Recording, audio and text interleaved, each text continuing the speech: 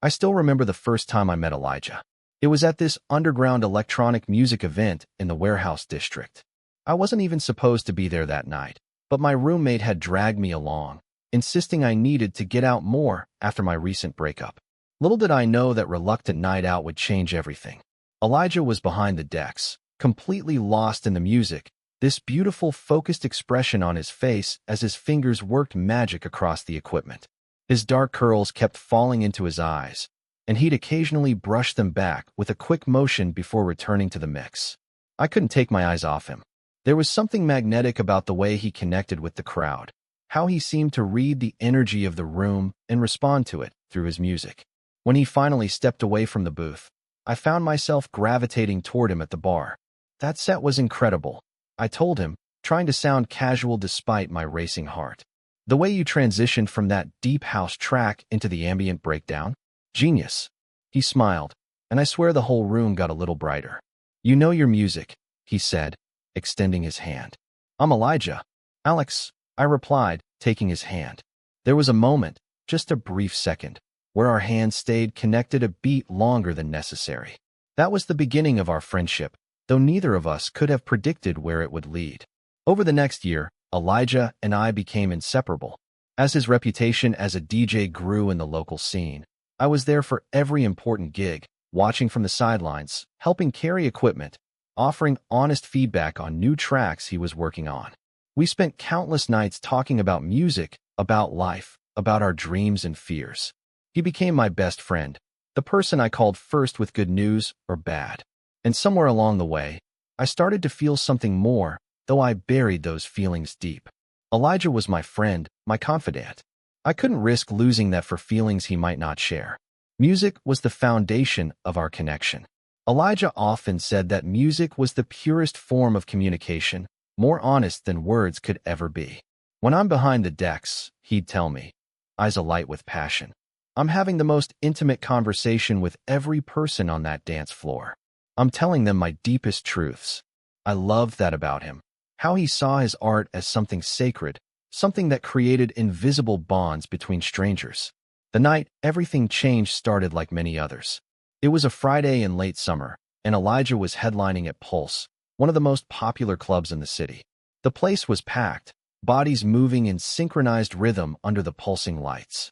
I was in my usual spot, just off to the side of the DJ booth where I could watch both Elijah and the crowd responding to his music.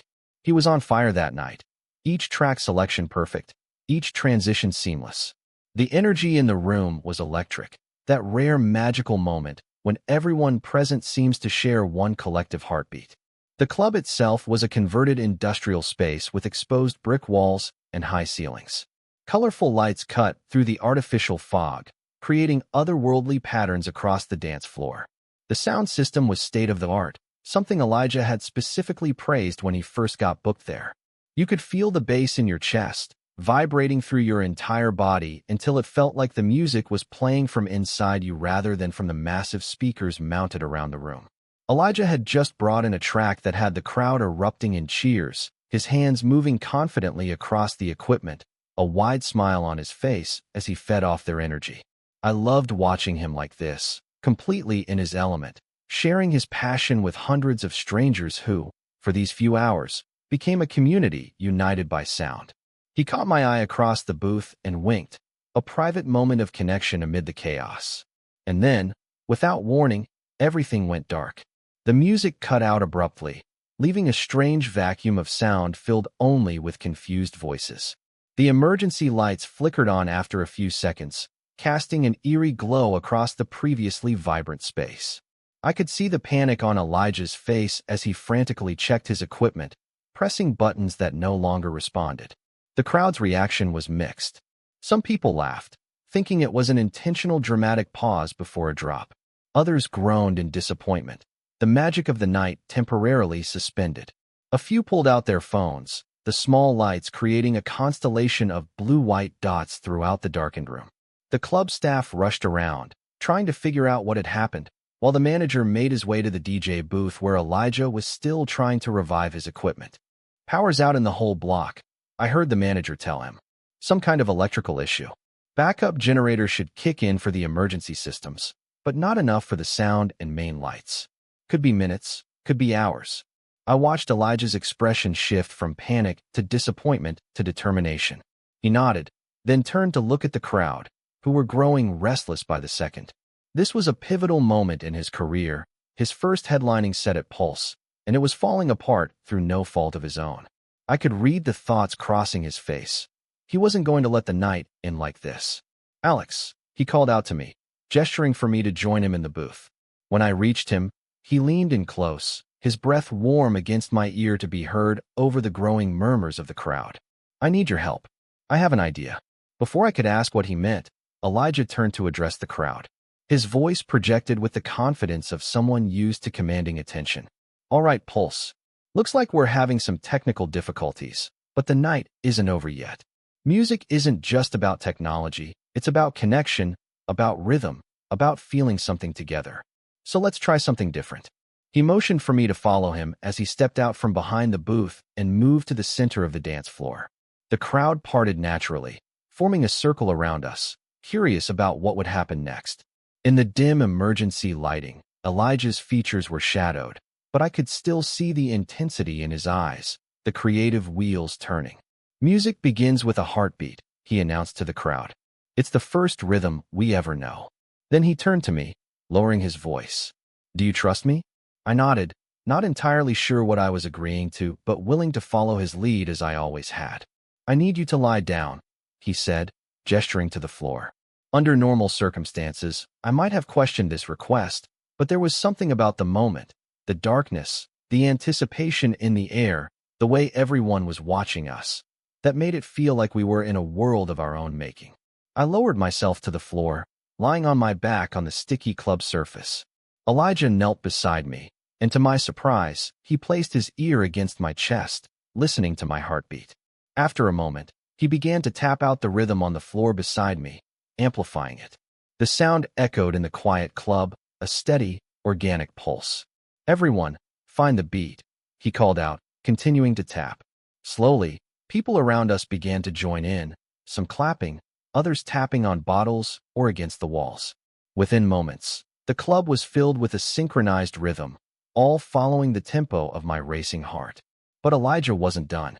He straightened up, then placed his hands directly on my chest, feeling the thump of my heart beneath his palms. And then, to my astonishment, he began to play. His fingers danced across my chest, my stomach, my shoulders, creating different tones and textures by varying the pressure and speed. He was using my body as an instrument, the percussion foundation for an impromptu performance. The intimacy of it took my breath away.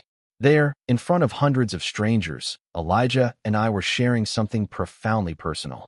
His hands on my body were professional, focused on creating sound, but there was no denying the electricity that coursed through me at his touch. Our eyes met as he worked, and I saw something shift in his gaze, a recognition, perhaps, of the line we were crossing. The crowd around us picked up on the energy. Someone started vocalizing, adding a melodic layer to our rhythm. Another person joined in with a different harmony. Soon, the entire club was creating music together, a spontaneous orchestra born from darkness and necessity. I don't know how long we stayed like that. It could have been minutes or hours. Time seemed suspended in that dark club, with Elijah's hands moving across my chest and the collective voice of hundreds rising and falling around us. I only know that when the lights suddenly flickered back on and the sound system hummed back to life, there was a moment of collective disappointment. The spell had been broken. Elijah helped me to my feet, his hand lingering on mine. "Thank you," he whispered, and I could hear in those two words something deeper than gratitude for my participation in his improvisation. The rest of the night returned to normal. Elijah went back to the booth and continued his set, though there was a new energy to his performance, a rawness that hadn't been there before. And I returned to my spot by the side, watching him as always, but now with the phantom sensation of his hands still tingling across my skin. As I think back on our friendship before that night, I can see now the signs that were always there. The way Elijah would casually touch my arm when making a point. How he'd text me at 3 in the morning just to share a track he'd discovered. The times we'd fall asleep on my couch after a late night, waking up somehow closer than when we'd drifted off. We'd built a friendship on shared passion and mutual respect, but beneath it had always been an undercurrent of something more, something neither of us had been brave enough to name. There was the time he'd invited me to a beach party where he was playing a sunset set. Afterward, we'd walked along the shore, shoes in hand, talking about everything and nothing. When I'd stumbled on a piece of driftwood, he'd caught me, his arm around my waist lingering just a moment too long. Or the night of his birthday, when he'd insisted that the only gift he wanted was for me to join him in the booth for his set, standing close behind me as he guided my hands on the equipment, teaching me how to mix. "Feel the music," he'd said, his chest pressed against my back, his voice in my ear. It's all about feeling. These moments had accumulated between us, each one a note in a composition neither of us could yet hear in its entirety. But after the night at Pulse, after he had literally played music on my heartbeat, the melody became impossible to ignore. The days following that night were filled with a new tension. We didn't talk about what had happened, not directly, but it hung in the air between us like an unfinished chord progression, begging for resolution. Our usual easy conversations were punctuated by longer silences, charged glances, the occasional brush of hands that sent electricity through my veins. Elijah threw himself into his work, spending long hours in his home studio. He sent me snippets of what he was working on, tracks that sounded different from his usual style, more intimate, more vulnerable. One sample in particular caught my attention. Beneath the electronic elements was a recorded heartbeat, steady and strong. My heartbeat, I realized. He had recorded it somehow that night at the club. The track was beautiful, haunting in its simplicity, the electronic elements building around that organic core in a way that felt like a confession. I listened to it on repeat, trying to decode the message he was sending through the music. Was this his way of telling me he felt it too? This shift between us? Or was I reading too much into an artistic choice, projecting my own feelings onto his creation? I wasn't the only one who noticed the change in his music. Elijah started getting more attention in the local scene, with several prominent clubs reaching out to book him. A music blog featured his new track, describing it as a revolutionary fusion of the organic and electronic, a heartbeat made digital without losing its humanity. His Instagram followers doubled, then tripled. He was on the verge of the breakthrough he'd been working toward for years. And through it all, our friendship continued, though transformed. We still spent time together, still talked music and life, but there was a carefulness to our interactions now, as if we were both afraid of disturbing the delicate balance we'd established. I missed the easy comfort we'd had before, yet couldn't deny the thrill of this new dimension between us. The challenges we faced weren't just internal. As Elijah's profile rose in the music scene, I watched him navigate the pressures that came with increased visibility.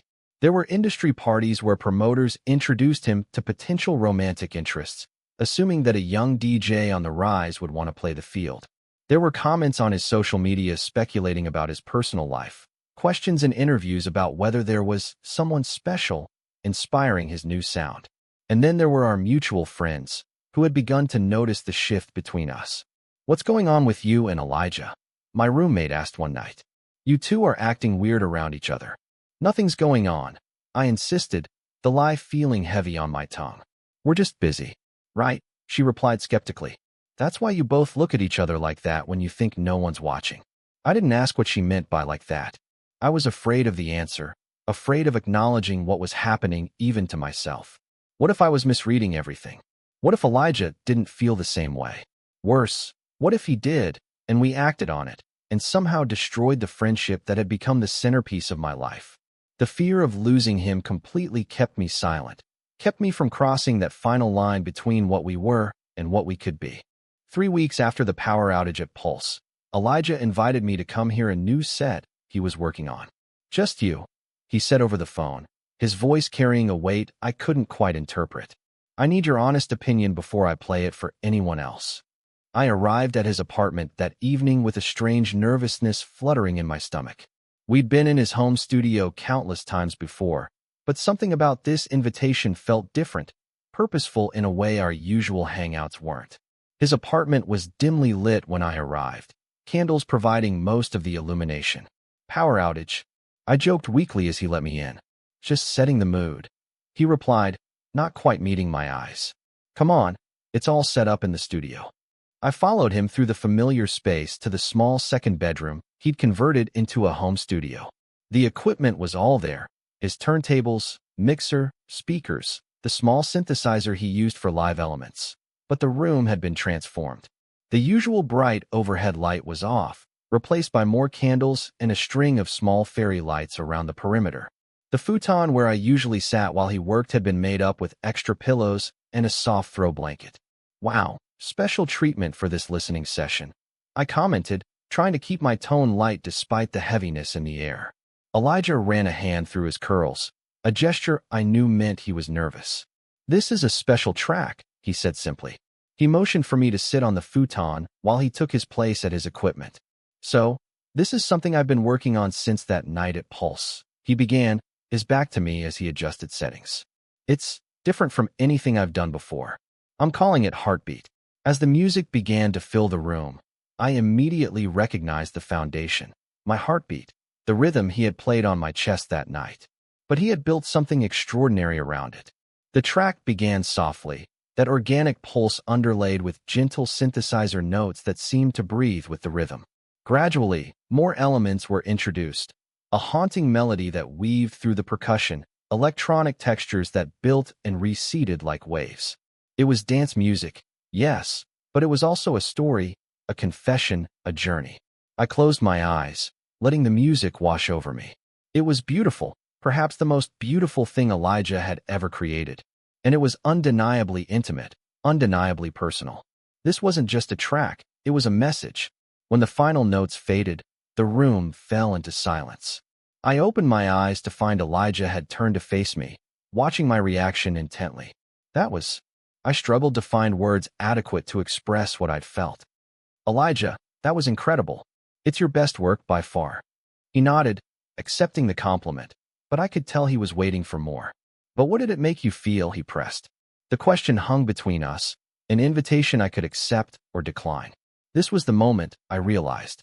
This was Elijah offering me a chance to acknowledge what had been growing between us. "It made me feel seen," I said finally, my voice barely above a whisper. "Like you took something from inside me, my actual heartbeat, and turned it into something beautiful, something that connected us." He moved then, coming to sit beside me on the futon, close enough that our knees touched. "That night at the club," he said, "when everything went dark and I had to improvise. I didn't plan any of it. But when I put my hands on your chest, when I felt your heart beating under my palms." He paused, seeming to search for the right words. "Alex, it was like I finally understood what I'd been feeling for months. Years, maybe." My own heart was racing now, echoing the rhythm that had just filled the room. "And what was that?" I asked, needing to hear him say it. Elijah reached out, his hand hovering just above my chest, not quite touching. "That my heart has been trying to sync with yours from the moment we met. That every beat of music I've ever created has been trying to speak to you in a language beyond words." I covered his hand with mine, pressing his palm against my heart. "I hear it," I whispered. "I've always heard it." The space between us disappeared then, his lips finding mine in a kiss that felt like the resolution to a chord progression that had been building since that first night at the underground event. His hands, the same hands that created such beautiful music, cradled my face with a tenderness that made my heart ache. I wound my arms around his neck, drawing him closer, deepening the kiss until we were both breathless. When we finally pulled apart, Elijah rested his forehead against mine. "I was so afraid," he admitted. "Afraid that if I told you how I felt, it would ruin everything between us. You're my best friend, Alex. The person who believes in my music, in me, more than anyone. I couldn't bear to lose that." "You haven't lost anything," I assured him, running my fingers through his curls the way I'd always wanted to. "You've just gained something more." We both have. That night marked the beginning of a new composition in our lives, one where friendship and romance intertwined to create something stronger than either could be alone. The transition wasn't always smooth. We had to learn how to be partners as well as friends, how to navigate disagreements without retreating from the vulnerability we'd finally embraced, how to balance Elijah's increasingly demanding career with our need for time together. But the foundation we'd built over our years of friendship proved solid. We already knew how to communicate, how to support each other's dreams, how to make each other laugh after a difficult day. The physical dimension we added, the the casual touches that now lingered into caresses, the friendly hugs that evolved into passionate embraces, the nights spent exploring each other's bodies with the same attentiveness Elijah brought to his music, only strengthened what was already there. Elijah's career continued to rise. Heartbeat became his breakthrough track, leading to bookings at major clubs and eventually festival stages. When interviewers asked about the inspiration behind the song, he would smile that private smile I'd come to know so well and say, "It's about finding rhythm in unexpected darkness. About the most honest connection I've ever experienced." And I was there through it all, not just as the supportive friend on the sidelines anymore, but as his partner, his lover, his home base in the whirlwind his life was becoming. Sometimes I joined him on tour, watching from the DJ booth as he commanded crowds of thousands with the same passion he'd once shown in that underground warehouse. Other times, I stayed behind, working on my own career, knowing he would return to me with new stories, new music ideas, new ways to express the love that continued to grow between us. The club where it all changed, Pulse, became a special place for us. Elijah made a point to play there regularly, even as his bookings took him to more prestigious venues. And each time, he would include Heartbeat in his set, finding me in the crowd or beside the booth as the familiar rhythm filled the space, a public acknowledgement of our private story. A year after that fateful night, we returned to Pulse for a special anniversary set. As Elijah prepared in the DJ booth, I noticed him talking intently with the lighting technician and sound engineer.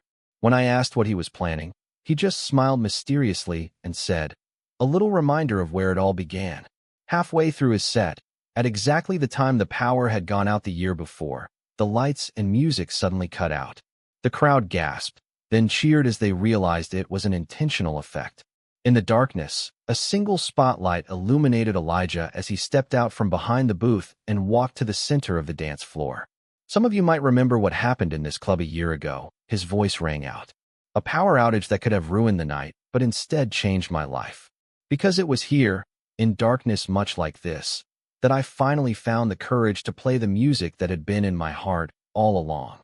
The spotlight widened to include me as Elijah extended his hand, inviting me to join him. As I stepped into the light, the crowd's cheers grew louder. Many of them knew our story by now, had followed the romance that had blossomed alongside Elijah's rising career. "Alex," Elijah said, his voice softer now, but still carried by his microphone. "A year ago, I played music on your Heartbeat because the power went out.